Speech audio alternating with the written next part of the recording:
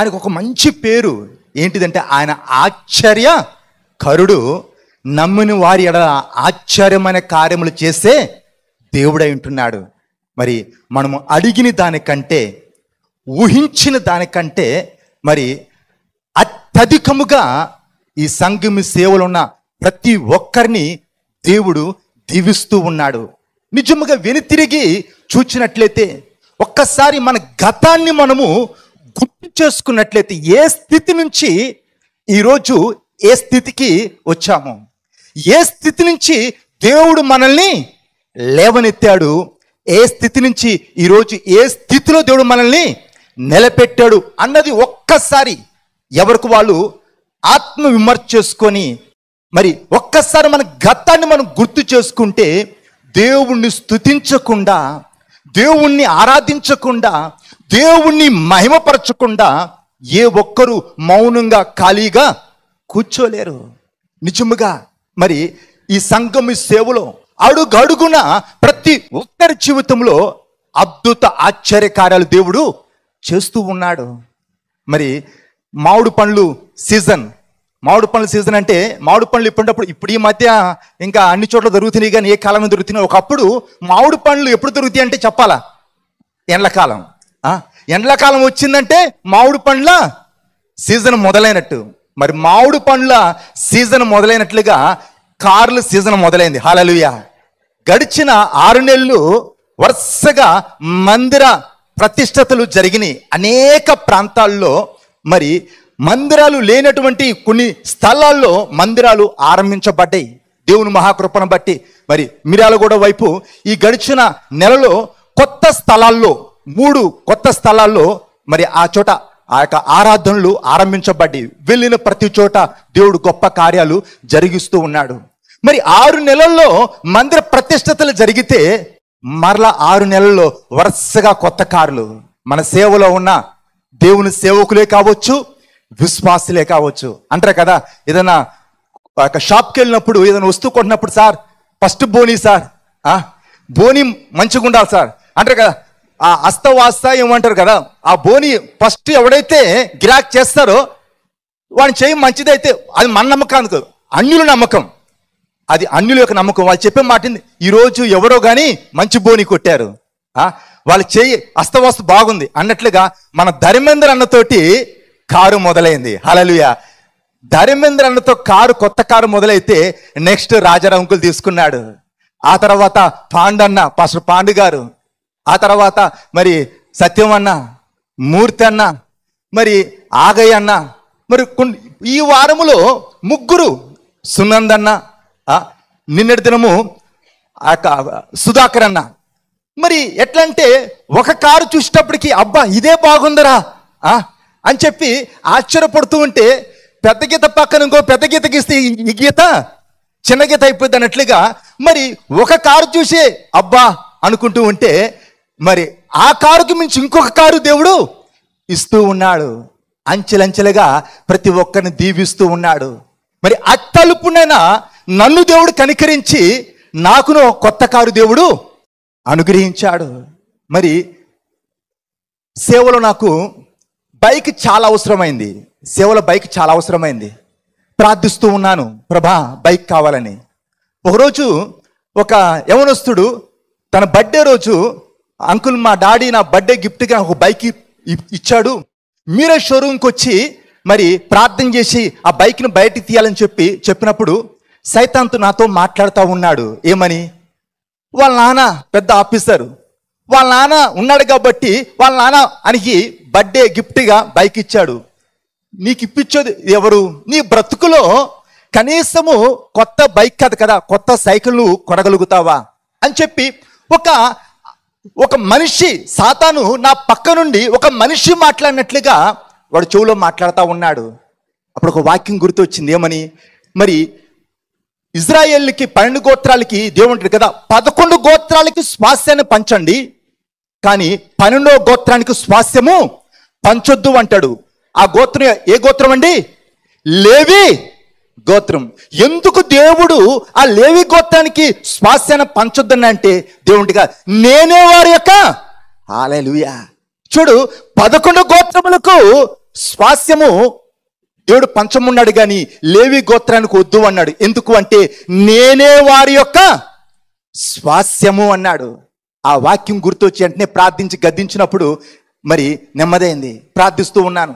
మా అమ్మ పిలిచి, అయ్యా బైక్ కొరకు నువ్వు ప్రార్థిస్తూ ఉన్నావు, ఆశపడుతున్నావు కదా, మరి ఒక 25,000 రూపాయలు నాకు చేతికిచ్చి ఏదన్నా ఒక బైకు తెచ్చుకోమని చెప్పి ఆ యొక్క ఇచ్చింది.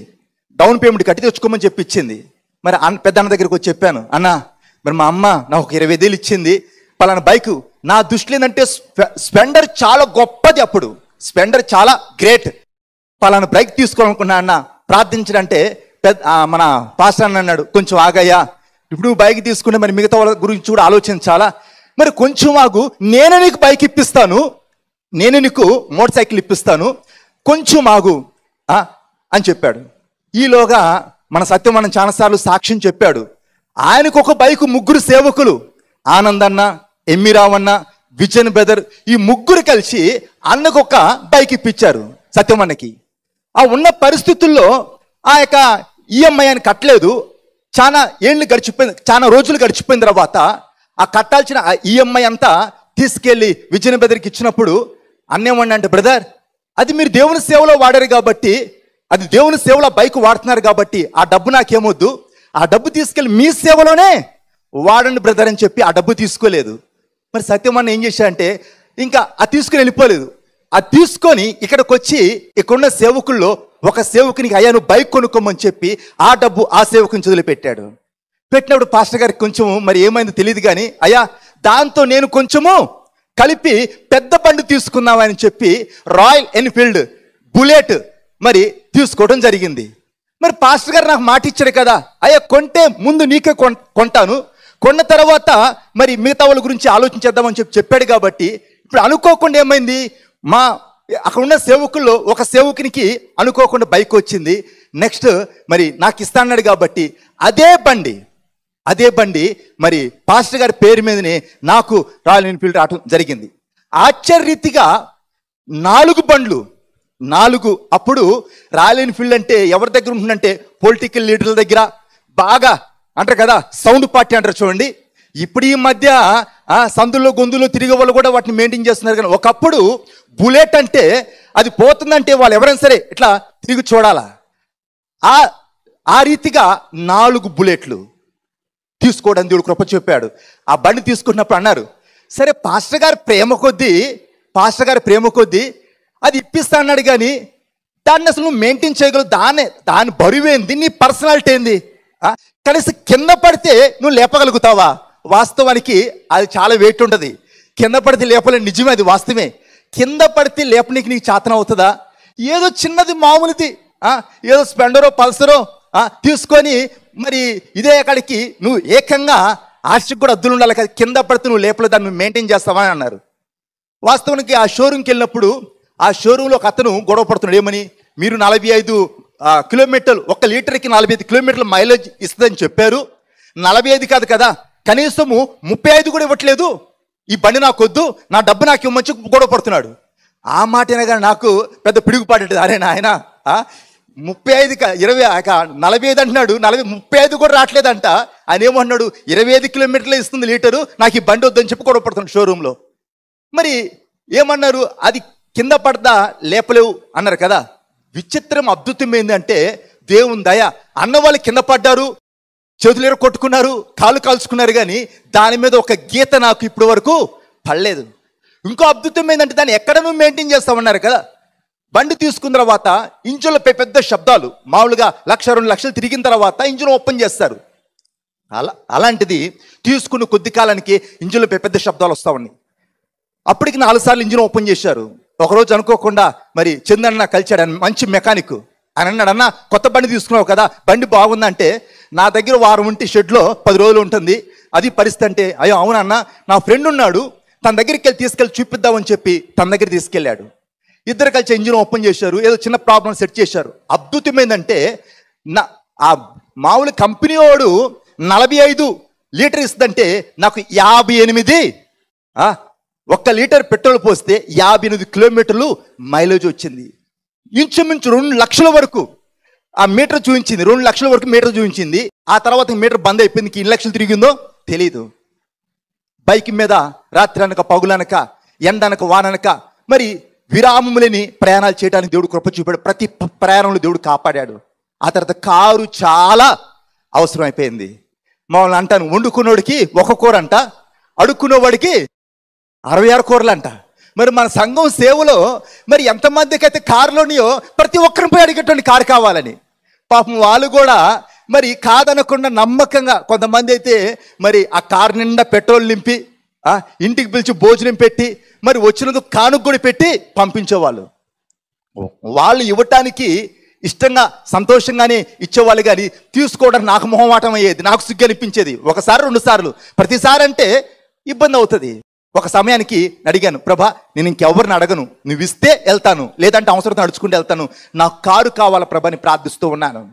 మరి ఆ యొక్క ఒక సహోదరుని చెప్పాను, ఒక సెకండ్ హ్యాండ్ కారు, ఒక ఇండికా, ఒక 50-60 వేల్లో వచ్చే కారు ఉంటే చూడండి చెప్పినప్పుడు ఆ సహోదరుడు చెప్పాడు, అన్న నువ్వు చాలా లాంగ్ వెళ్తూ ఉంటావు, రాత్రి పగులనక ప్రయాణాలు చేస్తూ ఉంటావు, నువ్వు చిన్న కారు తీసుకున్నా, కొత్త కారు తీసుకో, పాత కారు వద్దన్నా, చిన్న కారు అయినా కొత్త కారు తీసుకొని చెప్పాడు. అప్పుడు కొత్తగా క్యూడ్ అని చెప్పి బొమ్మలాగా ఉండే ఆ కారు చూశాను, అది బాగుంది అనిపించింది.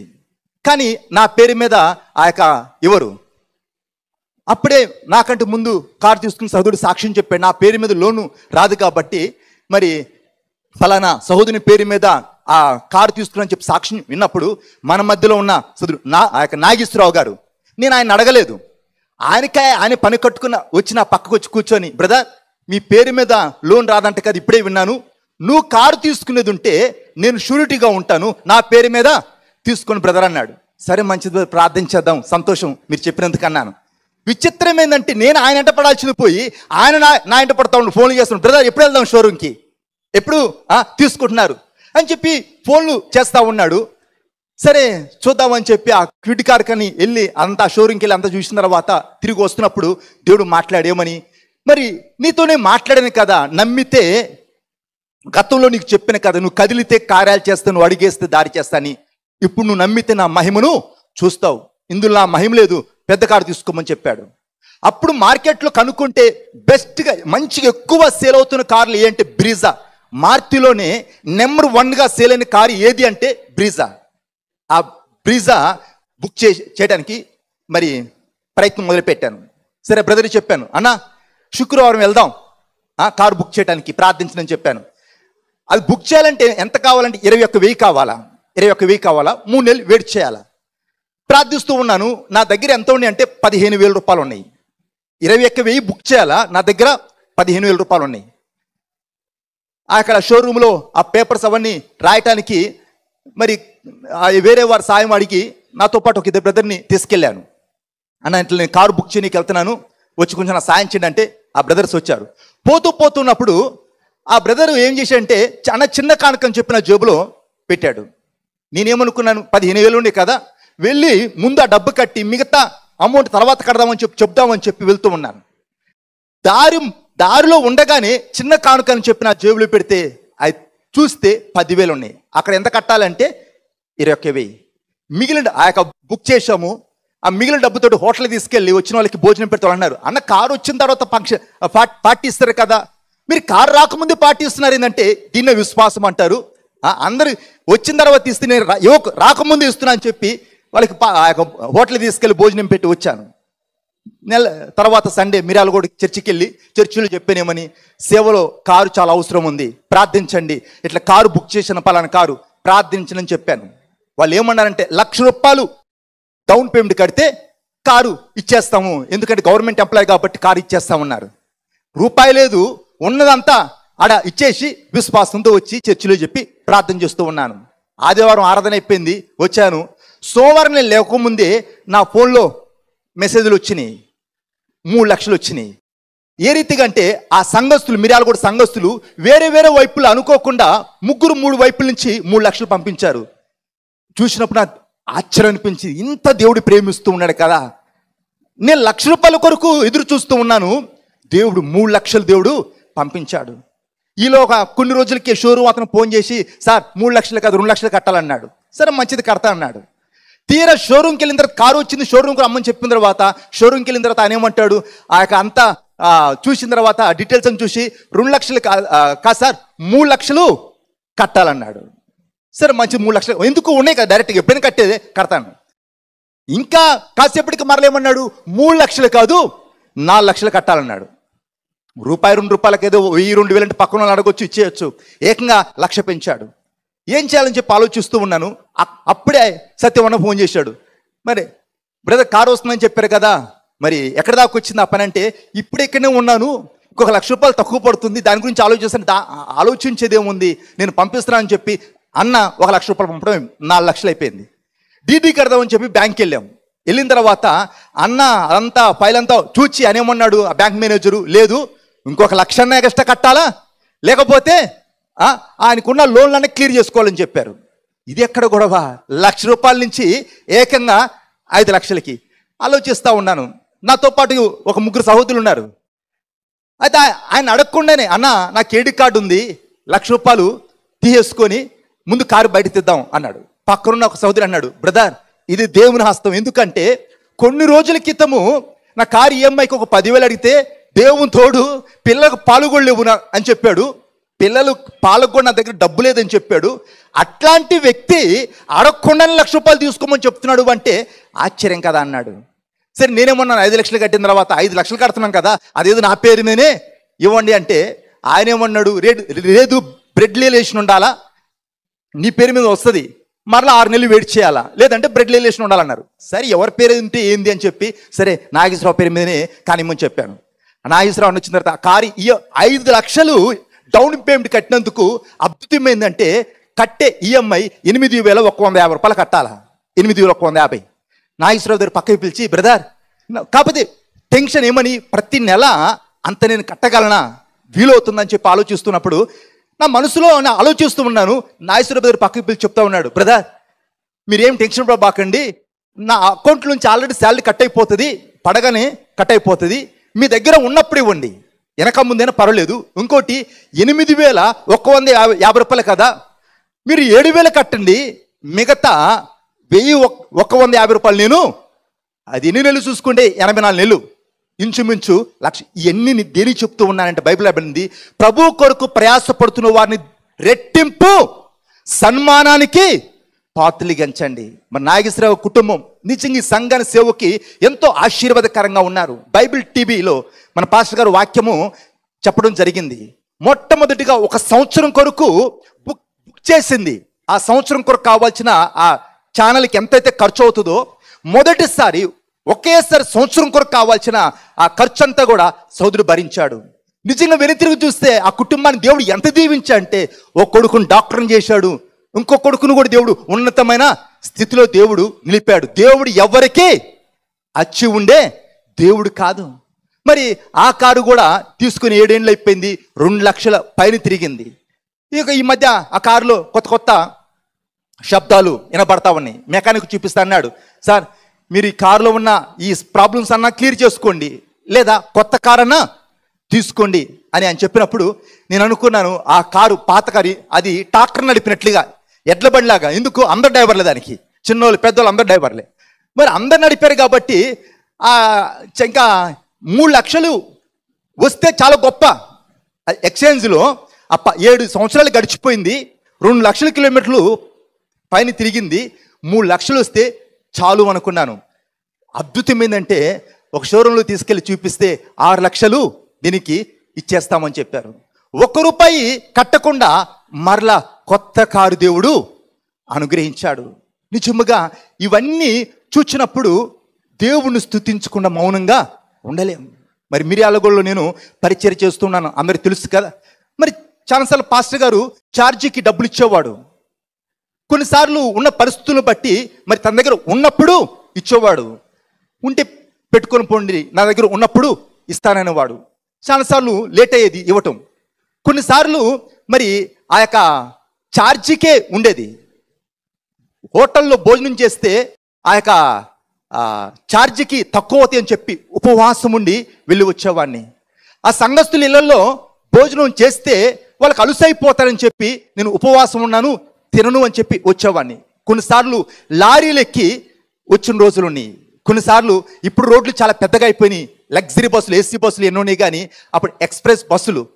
మరి దినం అంతా అలసిపోయిన తర్వాత, అన్ని గంటలు నిలబడి అందరి కొరకు ప్రార్థించి వాక్యించి పలిచిపోయిన తర్వాత తిరిగి వచ్చినప్పుడు 10-11 అయ్యేది. ఆ బస్సులు లైట్లు సీట్లు దొరికేవి కాదు. కొన్నిసార్లు పండుగలు అలాంటి సందర్భాలు సీట్లు దొరికే కాదు. లైట్లన్నీ బంద్ చేసిన తర్వాత ఆ బస్సు మధ్యలో కూర్చొని వచ్చిన రోజులు ఉన్నాయి. ట్రైన్లో మరి ఆ యొక్క తలుపు దగ్గర ట్రైన్లో పేపర్ వేసుకుని ఆడ కూర్చుని వచ్చిన రోజులుండే సేవలో. కొన్నిసార్లు తులసినార్లు దిగి అక్కడి నుంచి 7 సీటర్ ఆటో ఒక 3 రూపాయలు లేదంటే 5 రూపాయలు ఇస్తే దింపేస్తారు. అవి లేక తులసినగర్ నుంచి నడుచుకుంటా వచ్చిన రోజులున్నాయి. మరి వీటన్నిటిలో మరి ఈరోజు వెనుతిరిగి చూస్తే ఒక మించి దేవుడు దీవిస్తూ ఉన్నాడు. శిశువులు అంటాడు, మీరు నన్ను వెంబడించినందుకు మీకేమన్నా తక్కువ అయిందంటే వాళ్ళు ఏమన్నారు, మాకు ఏమీ తక్కువ కాలేదు అన్నాడు. ఆ సాక్ష్యము నేను చెప్పగలను. మరి దేవుని ప్రేమించి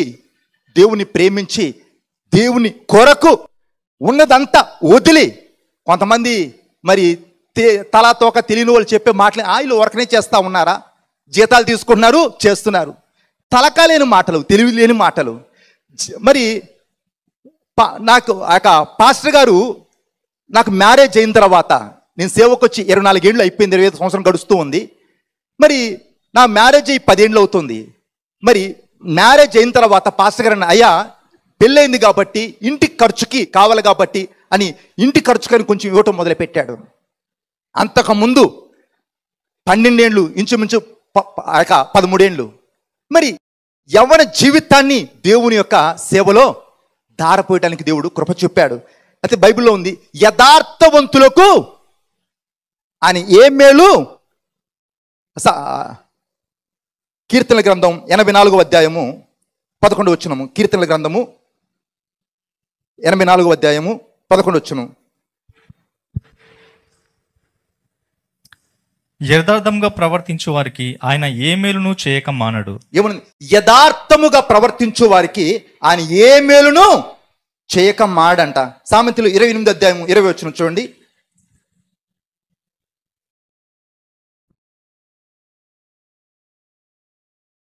నమ్మకమైన వానికి దీవెనలు మెండుగా కలుగును. హల్లెలూయా.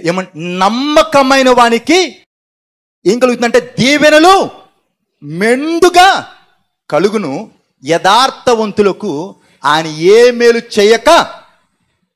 నువ్వు నమ్మకంగా ఉంటే ఎవరి ఎడలా? దేవుని ఎడలా, మనుషులు ఎడలా. నువ్వు నమ్మకస్తునిగా జీవిస్తే నీ జీవితంలో అనేకమైన మేలు. నమ్మకమైన వానికి మెండైన దీవెనలు కలుగును. నమ్మకమైన వానికి మెండైన దీవెనలు అంట. రెండోది, యథార్థవంతులకు ఆయన ఏ మేలు చేయక. నిప్పుంది, నువ్వు కళ్ళు మూసుకొని పట్టుకున్నా, కళ్ళు తెరిచి పట్టుకున్నా, నువ్వు నిద్రపోతను పట్టుకున్నా, మెలుకుతో పట్టుకున్నా, నిప్పు పట్టుకుంటే కాలుతుంది, అందులో డౌట్ లేదు. నువ్వు నమ్మకంగా ఉంటే మెండైన దీవెనలు పొందుకోగలుగుతావు. యథార్థంగా నువ్వు జీవిస్తే నీ జీవితంలో దేవుడు ఏ మేలు చెయ్యక ఇంకా ఆయన మౌనంగా ఉండడు, ఆయన చూస్తూ ఉండడు. నువ్వు యథార్థంగా ఉంటే తప్పక నీ జీవితంలో ఆయన మేలు చేస్తాడు. అబ్రహాము లింకన్ గారు మరి నిరుపేద కుటుంబంలో పుట్టిన వ్యక్తి. భయంకరమైన అవమానాలు గుండా, అపజయాలు గుండా వెళ్ళిన వ్యక్తి. పలుమార్లు తన జీవితంలో ఎదురయ్యే ఆ సమస్యలను బట్టి బతుకుపైన విరక్తి చెంది ఆత్మహత్య చేసుకొని చచ్చిపోదామని ఆలోచించిన వ్యక్తి. మరి ఒక సమయానికి అమెరికా దేశానికి ఆయన్ని ప్రెసిడెంట్గా దేవుడు చేశాడు. ఆయన చెప్పిన ఒక అద్భుతమైన మాట ఏంటిది అంటే, దేవుడు నా పక్షాన ఉన్నాడా లేడా అన్నది నా యొక్క మరి ఆ యొక్క ఆందోళన కాదు. చాలా విలువైన మాట, అందరినీ ఆలోచింపచేసే మాట. అయ్యా, దేవుడు నా పక్షాన ఉన్నాడా లేదా అన్నది నా ఆందోళన కాదు. దేవుని వైపు నేను ఉన్నానా లేదా అన్నది నా యొక్క చింత. ఎందుకంటే దేవుడు ఎల్లప్పుడూ సరైన వాడు. పర్వతములు తొలగినను, మెట్టలు దద్దరిల్లినను నా కృప నిన్ను విడిచిపోదు అన్నాడు. నా నిబంధన తొలగిపోదు అన్నాడు. మరి మనము దేవుణ్ణి విడిచిపెడతాం, కానీ దేవుడు మనల్ని విడిచిపెట్టాడు. దేవుడు మనల్ని విడిచిపెట్టడు అన్న మాట ఎంత సత్యమో, మనము దేవుని విడిచిపెడితే దేవుడు వద్దనడు అన్న మాట అంత వాస్తవం. నువ్వు దేవుని పక్షాన ఉంటే, నువ్వు యథార్థముగా జీవిస్తూ ఉంటే, ఆయన సన్నిధిలో నమ్మకస్తునిగా బ్రతుకుతూ ఉంటే, నీ జీవితంలో నువ్వు వద్దన్నా, నీకు ఇష్టం లేకపోయినా, అంటే అత్తర్ షాపులో, సెంట్ షాపులో పోయి కాసేపు కూర్చొని బయటకు వస్తే ఏ వాసన వస్తుందంటే ఆ అత్తర్ వాసన వస్తుంది. నువ్వు కొనాల్సిన పని లేదు, పూసుకోవాల్సిన పని లేదు. నువ్వు కొనకపోయినా పూసుకోకపోయినా ఆ షాపులో కాసేపు కూర్చొని బయటకు వస్తే ఆ అత్తరు వాసన వస్తూ ఉంది. అదేవిధంగా నువ్వు నమ్మకంగా జీవిస్తే, నువ్వు యథార్థంగా బ్రతికితే ఖచ్చితంగా నీ జీవితంలో మేలు. ఎవరి ఎడల నమ్మకము? దేవుని ఎడల, మనుషుల ఎడల. కానీ కొంతమంది వాళ్ళ కుటుంబీకులు వాళ్ళు నమ్మరు, వాళ్ళ తల్లిదండ్రులు వాళ్ళు నమ్మరు, వాళ్ళ భార్య వాళ్ళ భర్త వాళ్ళని నమ్మరు. దేవుని ఎడల, మనుషుల ఎడల నువ్వు నమ్మకంగా ఉన్నప్పుడు మెండైన దీవులను పొందుకుంటావు. యథార్థవంతులకు ఆయన ఏ మేలు. ఒకవేళ నువ్వు యథార్థంగా లేదు, నటన, వేషధారణ, వేషలేని పరలోక రాజ్యానికి వెళ్తారంటే కానీ వేషధారులు వెళ్ళరు. దేవుడు అసహించుకుంటాడు. కొంతమంది పైకి పావురాల్లా కనబడతారు. బైబిల్లో ఉంది, గొర్రె చర్మం కప్పుకొని ఆ క్రూరమైన తోడేలు మీ మధ్యలో ప్రవేశిస్తే, పైన గొర్రె కానీ లోపల మాత్రము తోడేలు. పైకి తెల్ల బట్టలు వేసుకుని పెద్ద బైబిల్ పట్టుకొని భక్తుల్లా కనబడతారు, లోపల మాత్రము పగ, కక్ష, అసూయ, ద్వేషము వీటితో నిండి ఉంటాయి. ఈ యథార్థత లేక ఇప్పుడు ఆ యొక్క ఉసరు వెళ్ళి రంగులు మార్చినట్లుగా ఏ ఎండకి ఆ గొడుగు పడుతూ ఉంటారు. ఇంట్లో ఒకలాగా, బయట ఒకలాగా, సంఘంలో ఒకలాగా. ఈ నటన జీవితం లేకుండా, ఈ వేషధారణ లేకుండా, చెప్పేది ఒకటి చేసేది ఒకటి కాకుండా, నువ్వు యథార్థంగా దేవుని సన్నిధిలో నిందారైతే నిలబడ్డప్పుడు, నమ్మకస్తునిగా నువ్వు జీవిస్తూ ఉన్నప్పుడు, నీ జీవితంలో మెండైన దీవెనలు, మెండైన ఆశీర్వాదాలు నువ్వు చూడగలుగుతావు.